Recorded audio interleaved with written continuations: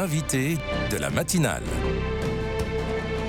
KTO Radio. L'aide à l'Église en détresse a publié hier son rapport biannuel sur la liberté religieuse dans le monde, qui est un droit humain fondamental inscrit dans la Déclaration universelle des droits de l'homme.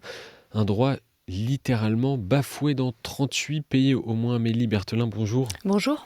Merci d'être avec nous en studio. Vous êtes responsable de l'information à l'aide à l'Église en détresse en France. On va éplucher ce rapport avec vous qui soulève plusieurs points d'attention sur la détérioration de la liberté religieuse. Précisons-le d'emblée, ce rapport s'intéresse à toutes les religions et pas seulement au christianisme, c'est ça ? Oui, exactement. C'est un rapport qui couvre tous les pays du monde, donc 196 pays, et qui s'intéresse à toutes les religions en effet. Et comment a évolué la liberté religieuse depuis votre dernier rapport ? Alors, depuis 2 ans, en fait, la situation est très préoccupante, même alarmante, parce qu'on voit une augmentation vraiment de la détérioration de la liberté religieuse dans le monde. Donc, on a beaucoup de préoccupations dans différentes zones du monde. Il y a Monseigneur Paul Richard Gallagher, secrétaire du Saint-Siège pour les relations avec les États, rappelait à la tribune de l'ONU le 29 septembre dernier que les chrétiens sont ceux qui subissent le plus de persécutions dans le monde. Quels sont les pays où les persécutions des chrétiens, où la persécution des chrétiens est la plus importante ? Alors, il y en a beaucoup malheureusement. Je dirais spontanément, je pense au Sahel. Notamment, il y a le Burkina Faso qui me vient en premier.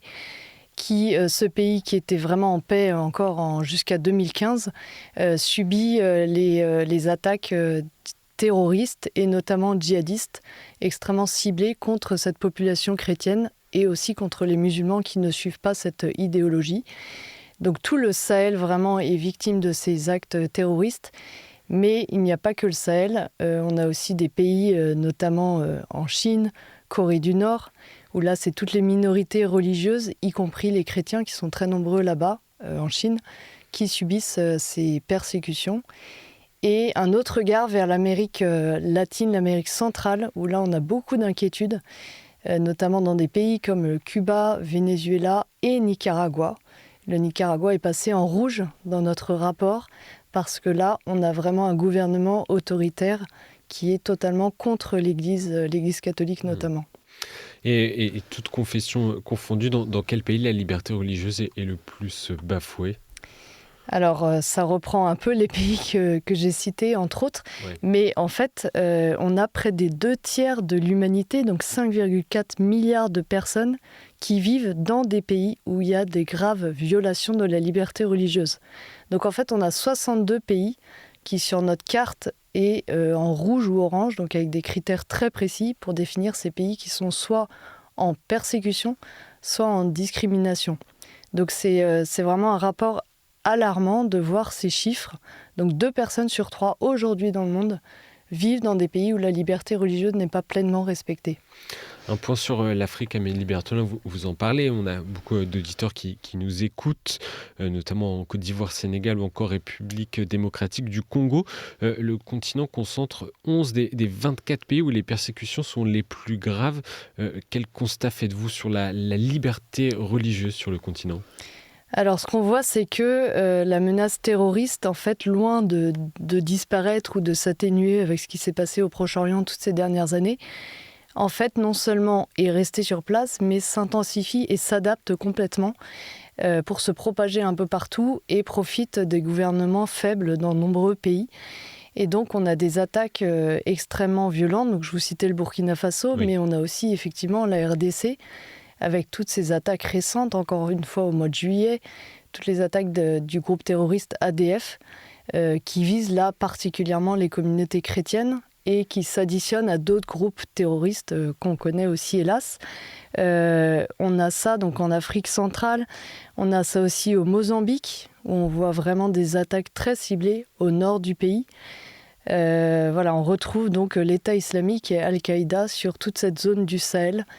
Et je vous disais, Mozambique, qui ne fait pas partie du Sahel, mais qui nous inquiète énormément. Qu'est-ce qui menace le plus la liberté religieuse ? Vous parliez aujourd'hui du djihadisme, de l'islamisme fondamentaliste. Est-ce qu'il y a d'autres menaces qui pèsent sur la liberté religieuse ? Oui, alors effectivement, donc cette menace est très importante. Et puis on a aussi les gouvernements autoritaires. Je vous parlais de la Chine ou de la Corée du Nord tout à l'heure. On pourrait aussi citer l'Érythrée, l'Iran ou le Nicaragua, où là, il n'y a aucune liberté religieuse. En fait, toute religion est vouée au silence. Et donc là, la pression est très forte en fait pour les minorités chrétiennes.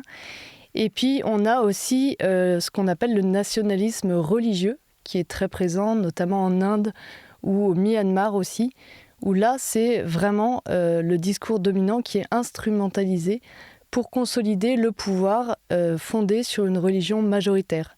Donc, en Inde, on a le fameux BJP, donc le parti au pouvoir, qui prône qu'il faut être hindou en fait pour être un bon citoyen. Et donc tous ceux qui ne sont pas hindous ont vraiment des persécutions ou des discriminations au quotidien.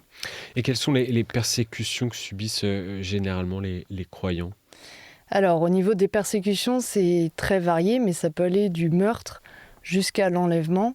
Ça peut être des emprisonnements qui peuvent durer très longtemps. Certains se souviennent peut-être du cas d'Asia Bibi au Pakistan. En fait, aujourd'hui, il y a des Asia Bibi qui sont encore dans le couloir de la mort au Pakistan, accusés de faux blasphèmes. Donc les persécutions sont multiples et variées, malheureusement. L'homme a beaucoup d'imagination pour trouver des persécutions. Et puis on a aussi des discriminations qui là sont moins violentes, mais au quotidien, en fait, c'est des difficultés administratives, des personnes qui sont considérées comme des citoyens de seconde zone. Il y a toutes sortes de... Et en venant ici à KTO, je me suis dit, mais en fait, voilà, moi j'ai la liberté en France d'aller dans une radio catholique.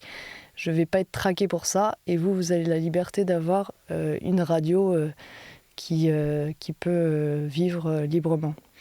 Et dans ces persécutions, le rapport soulève également que les femmes et les jeunes filles sont particulièrement vulnérables, c'est ce que vous constatez ? Oui, en fait c'est une double peine quand on est une femme et croyante, surtout dans certains pays. Alors là, spontanément, je pense au Pakistan, à l'Égypte aussi, ou voire au Mozambique. En fait, il y a un certain nombre de femmes qui sont kidnappées, mariées de force, converties et mariées de force. Et là, c'est vraiment une double peine pour elles, extrêmement difficile. Et on le sait en plus, dans toute guerre, les femmes sont souvent doublement victimes.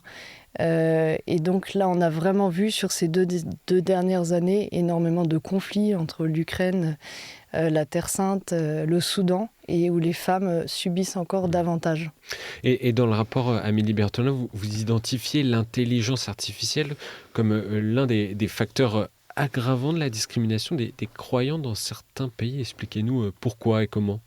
Oui, alors c'est une évolution qu'on note depuis quelques années, et particulièrement là dans cette édition 2025, parce que l'intelligence artificielle, on le sait, peut être utilisée à des bonnes fins, mais aussi elle peut être utilisée pour traquer les croyants.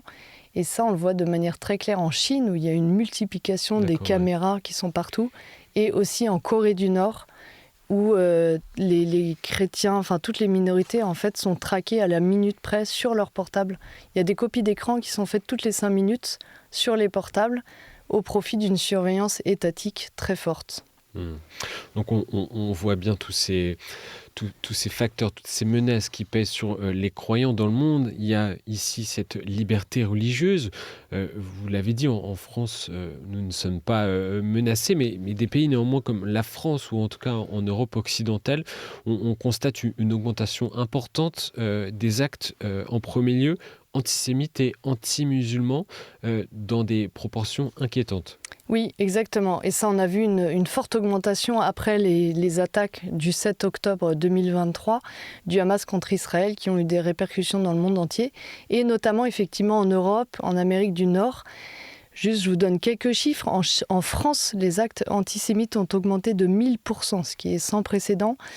Les actes anti-musulmans, moins 29%, mais c'est déjà un chiffre déplorable. Et puis, on a des attaques aussi contre les chrétiens, puisque les actes anti-chrétiens ont augmenté dans tous les pays occidentaux. Et la France, en 2023, par exemple, a enregistré 1000 attaques anti-chrétiens. Et qu'est-ce qui motive ces actes anti-chrétiens ? Alors, c'est diverses et variées, mais je vous dis, il y a eu pas mal de réactions par rapport au 7 octobre. Et puis, en fait, c'est difficile. Il y a une hostilité idéologique, il y a parfois un activisme militant, il y a un extrémisme anti-religieux, une fausse compréhension de la laïcité. Donc voilà, multiples facteurs. Et est-ce que toutes ces discriminations, ces persécutions, Amélie Berthelin, ont des conséquences sur la foi et l'espérance des croyants?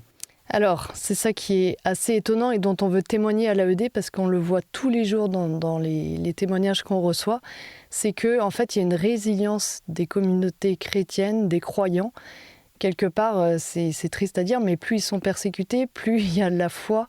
Et on le voit au Burkina Faso, au Nigeria, où les séminaires sont pleins à craquer, alors que les séminaristes savent très bien qu'ils prennent un risque, un réel risque pour leur vie, d'être séminaristes aujourd'hui dans ces pays-là. Donc il y a vraiment une foi très belle et il y a une multiplication des actes de dialogue interreligieux dans ces pays-là parce que les gens savent bien, et on en est convaincu aussi, d'où l'intérêt de ce rapport, que s'il n'y a pas de liberté religieuse, la paix ne peut pas s'installer. Donc il y a vraiment une corrélation forte entre les deux. Et donc on tient ici à souligner tous ces actes, justement, qui prônent cette liberté religieuse et toute l'éducation aussi qui est faite avec des écoles notamment tenues par des chrétiens, où il y a des musulmans et des chrétiens qui grandissent ensemble et qui se lient d'amitié. Et ça, c'est fondamental pour l'avenir. Le dialogue interreligieux comme clé de voûte pour essayer de réduire ces discriminations. Vous appelez néanmoins l'AED à l'action urgente pour soutenir les communautés religieuses. Par quel biais cette action peut-elle passer et surtout à qui incombe cette responsabilité ? Oui, alors bien sûr, on appelle déjà à s'informer, à alerter sur la situation, à prendre conscience personnellement de l'importance de la liberté religieuse. Et c'est vraiment un travail que chacun doit faire personnellement. Et puis, à l'AED, pour la première fois, on lance une pétition mondiale pour souligner l'importance de ce droit, en fait, ce droit à la liberté religieuse. Et donc, on lance une pétition qu'on peut retrouver sur notre site internet. C'est vraiment pour alerter et se rendre compte que oui, ce droit est essentiel et qu'il est en train d'être bafoué, je vous disais, dans les 2/3 de l'humanité. Donc cette pétition sera remise notamment aux Nations Unies, à l'Union européenne et puis à tous les gouvernements démocratiques pour qu'ils fassent pression sur justement tous ceux qui ne respectent pas ce droit à la liberté religieuse. Donc vous attendez que les pays et notamment l'ONU s'emparent avec plus d'engagement du sujet? Oui, exactement. Et plus on aura de signatures, plus on sera fort pour porter ce projet. Donc c'est vraiment essentiel en fait de prendre ça en considération parce que, encore une fois, la liberté religieuse, c'est pas juste un droit, un privilège, c'est vraiment quelque chose qu'on doit défendre et être intimement convaincu de son importance. Donc on peut aller faire un tour sur le site de l'AED pour notamment signer cette pétition. Merci beaucoup Amélie Berthelin d'être venue en studio ce matin. Merci.